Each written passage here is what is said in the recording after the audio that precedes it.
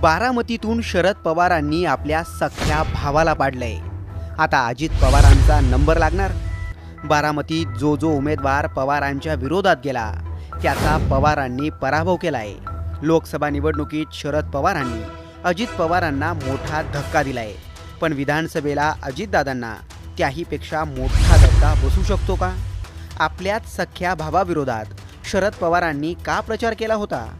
बारामतीत 64 वर्षांपूर्वी जे घडलं पुन्हा त्याचीच पुनरावृत्ती होते का? नेमका काय आहे 1960 सालच्या बारामती पोटनिवडणुकीचा इतिहास, हेच या व्हिडिओतून पाहूयात।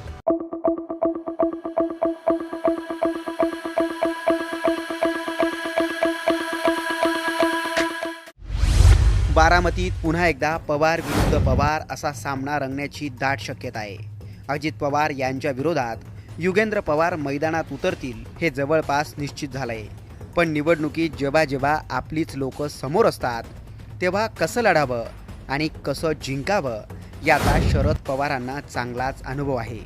84 वर्षांच्या पवारांनी हे काम वयाच्या 20व्या वर्षीच करून दाखवलंय।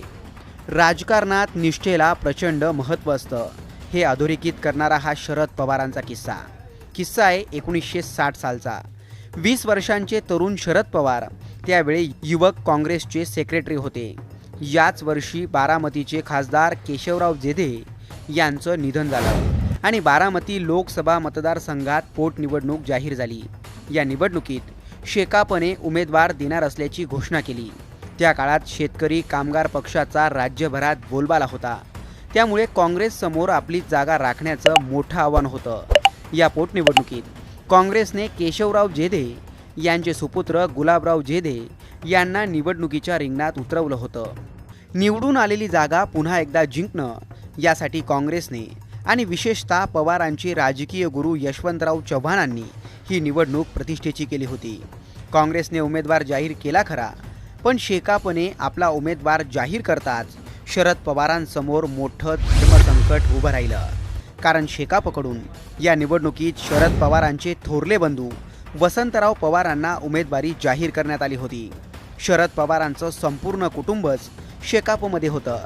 पवारांच्या मातोश्री शारदाबाई या देखील शेकापच्याच नेत्या होत्या। शारदाबाई या शेकापच्या पुणे लोकल बोर्डाच्या सदस्यही राहिल्या होत्या। काँग्रेसचं काम करणाऱ्या पवारांसमोर आता सख्या भावाविरोधात प्रचार करण्याची वेळ आली होती। आता करावं तरी काय? पक्षाला साथ द्यावी की भावाच्या पाठीशी उभं राहावं असा विचार करणाऱ्या तरुण शरद पवारांना आपल्या भावाने म्हणजे वसंतरावांनी बोलावून घेतलं। त्यांनी पवारांची समजूत काढली, तुम्ही तुमच्या विचारधारेवर ठाम राहा आणि निश्चिंतपणे तुमच्या पक्षाचं काम करा। माझ्या विरोधात काम करताना कसलाही संकोच बाळगू नका, असं स्पष्ट शब्दात वसंतरावांनी पवारांना सांगितलं। पवारांच्या डोक्यावरचं मोठं ओझं कमी झालं। भावाची भेट घेऊन पवारांनी भावाविरोधातच रणशिंग फुंकलं।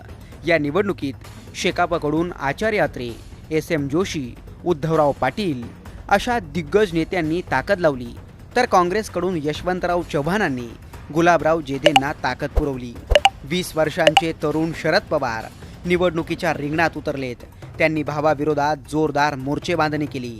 प्रचार सभा, भाषणांमध्ये तरुण शरद पवार गरजत होते। अखेर निवडणुकीचा निकाल लागला। हा निकाल शरद पवारांच्या बाजूने होता। काँग्रेसच्या गुलाबराव जेधेंनी शेकापच्या वसंतराव पवारांना पराभूत केलं होतं। पवारांचा सख्खा मोठा भाऊ निवडणुकीत पराभूत झाला होता। आता कट टू 64 वर्षांनंतर पुन्हा एकदा तशीच परिस्थिती आहे। ज्यांना राजकारणाचं बाळकडू दिलं अशा अजित पवारांना आता शरद पवारांना रोखायचं आहे। नातू विरुद्ध पुतण्या असा सामना रंगलाच तर नातवाला जिंकवण्यासाठी शरद पवार पुन्हा एकदा मैदानात उतरताना दिसतील, पण यासाठी त्यांना स्वतःच्या पुतण्याला रोखावं लागणार आहे। शरद पवार यासाठी काय रणनीती आखतील ते कमेंट करून सांगाच, पण अजित पवारांना आव्हान देणाऱ्या युगेंद्र पवारांची बारामतीत काय ताकद आहे हे समजून घेण्यासाठी हा व्हिडिओ पाहायला विसरू नका।